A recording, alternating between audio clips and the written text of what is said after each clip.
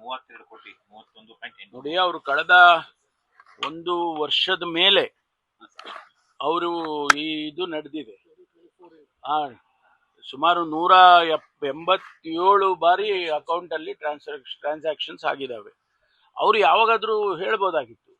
ಅವ್ರು ಹೇಳಿದ್ರೆ ಅವ್ರು ಸ್ವಲ್ಪ ಹಣ ಆದ್ರೂ ಉಳಿತಾ ಇತ್ತೇನೋ ಕಾಣಿಸುತ್ತೆ. 30 ಕೋಟಿ ಹಣ ಟ್ರಾನ್ಸ್ಫರ್ ಆಗಿದ ಮೇಲೆ ಅವರಿಗೆ ರಿಯಲೈಸ್ ಮಾಡ್ಕೊಂಡಿದ್ದಾರೆ ಅಂತಂದ್ರೆ ಅದು ಯಾವ ಇದರಲ್ಲಿ ಎಷ್ಟು ಮಟ್ಟಿಗೆ ಅವರು ಎಫೆಕ್ಟ್ ಮಾಡಿದ್ದಾರೆ ಅಂತ ಅನ್ಸುತ್ತೆ.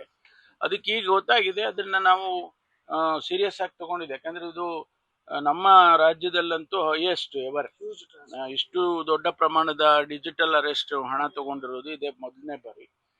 ಅದರಿಂದ ನಾವು ಸೀರಿಯಸ್ ಆಗಿ ತಗೊಂಡಿದ್ದೇವೆ, ಹುಡುಕ್ತೇವೆ, ಬಿಡೋದಿಲ್ಲ. ಮೊನ್ನೆ ಕೂಡ ಏನು ಇಲ್ಲಿಂದ ಅಮೆರಿಕಾದಲ್ಲಿ ಡಿಜಿಟಲ್ ಅರೆಸ್ಟ್ ಮಾಡ್ತಾರೆ ಅಂದ್ರೆ ಬೆಂಗಳೂರಿನಲ್ಲಿ ಕೂತ್ಕೊಂಡು ಅಮೆರಿಕಾದವರಿಗೆ ಡಿಜಿಟಲ್ ಅರೆಸ್ಟ್ ಅಂತ ಟೆಕ್ನಾಲಜಿಕಲಿ ಹೈಲಿ ಅಡ್ವಾನ್ಸ್ಡ್ ಕಂಟ್ರಿ, ಅಲ್ಲಿಗೂ ಕೂಡ ನಮ್ಮವರು ಮಾಡ್ತಾರೆ ಅಂದ್ರೆ ಹಿಡಿಬೇಕಲ್ಲ ಅವ್ರನ್ನ. ಹಿಡಿತೀವಿ, ಬಿಡೋದಿಲ್ಲ. Thank you.